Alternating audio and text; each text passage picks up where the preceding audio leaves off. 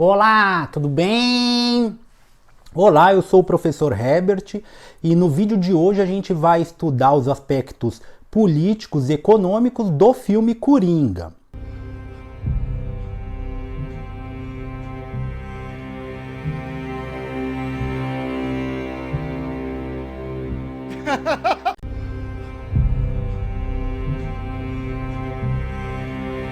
Se o problema do Coringa não foi a desigualdade social, a injustiça social, como é fácil, né, o pensamento mais raso nos leva a pensar isso,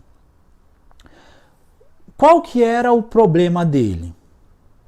Esse é o tema central do filme. Naquela cena que ele chega e ele dá a janta para a mãe dele, aí ele deita na cama do lado da mãe dele, apaga as luzes e aí ele vai assistir ao talk show favorito dele. E aí ele começa a ter uma espécie de sonho, uma imaginação, como se ele estivesse lá no programa, que era o maior desejo dele. É interessante que nessa cena, o que acontece? Ele está na plateia, e aí o apresentador, que é o Murray lá, que é o ator Robert De Niro que faz.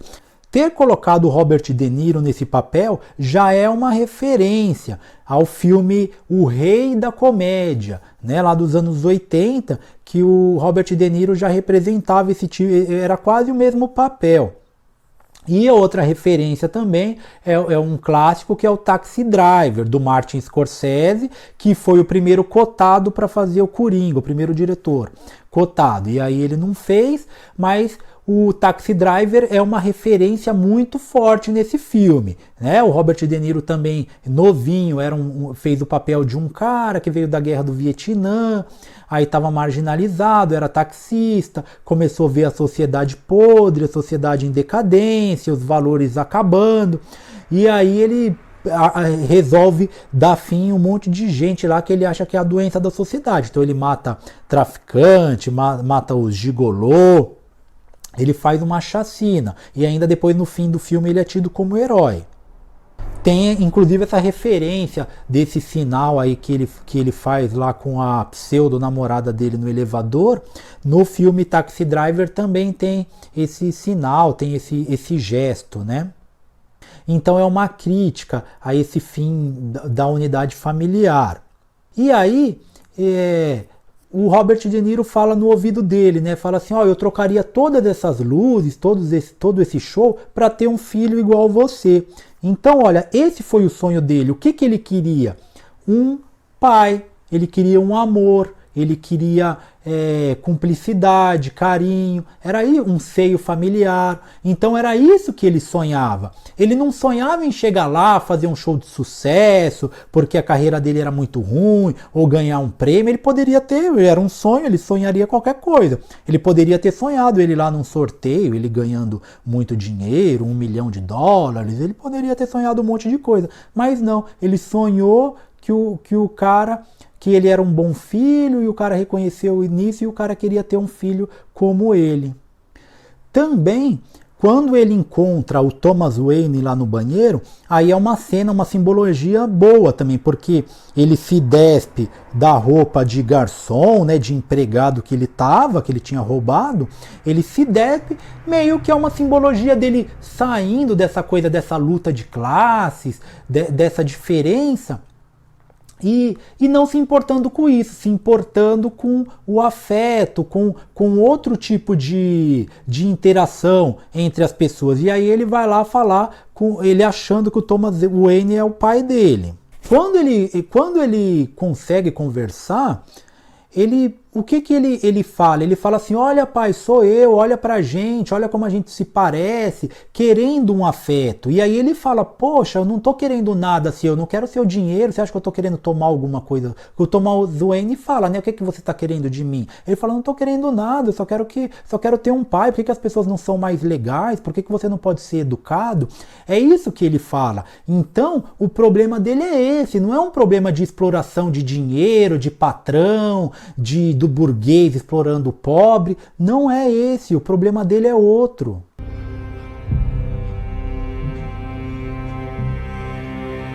E esse é uma contradição muito importante entre a esquerda e a direita também, porque a esquerda, claro que existem várias esquerdas, existem, sei lá, os sociais-democratas, existe um monte de coisa, né? Quando eu estou falando assim, eu estou generalizando, e eu estou pegando como princípio, como referência, o Marx, né? O Marx que é o principal, né? O principal teórico, o livro dele lá é como se fosse a Bíblia da esquerda.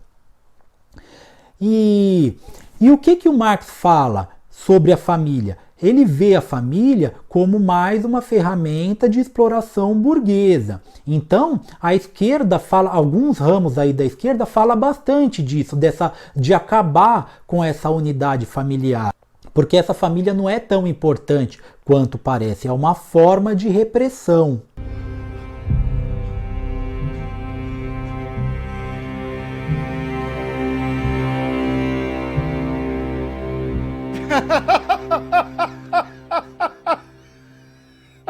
Já a direita vê na unidade familiar uma das coisas mais importantes para sustentar uma sociedade.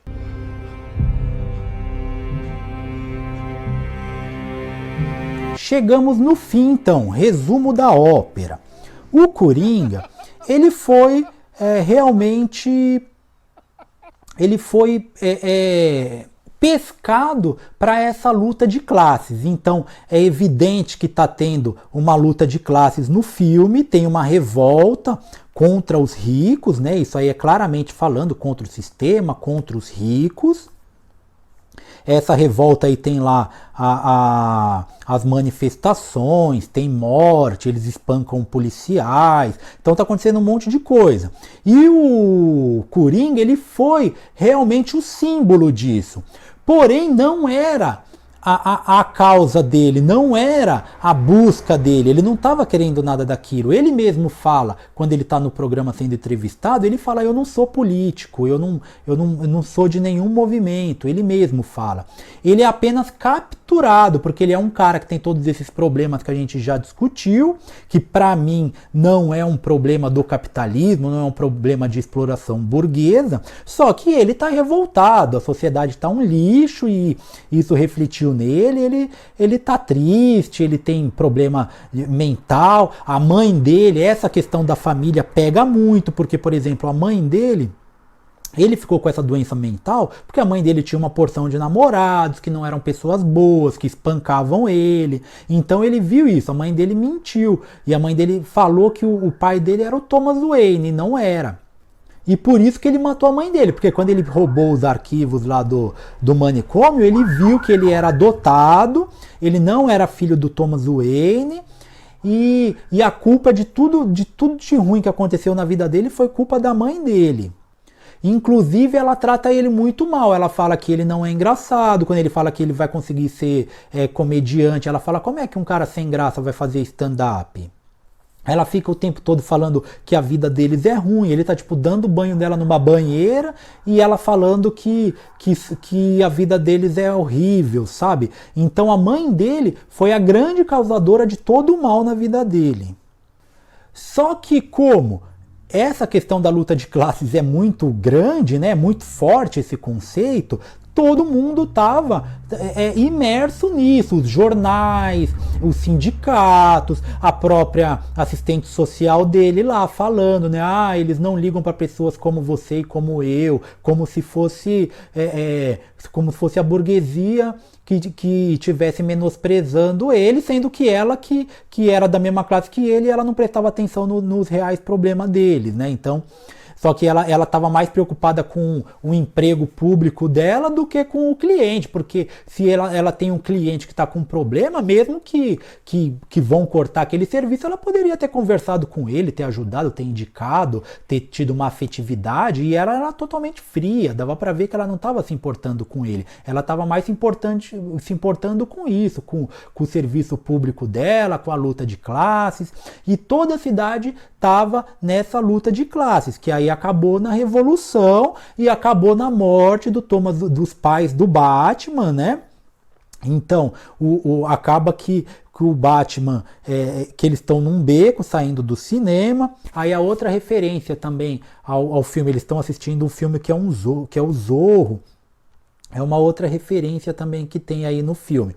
E aí eles estão saindo do cinema, eles entram no beco e alguém vai lá e mata os dois e deixa só o Batman, né? Deixa o menino.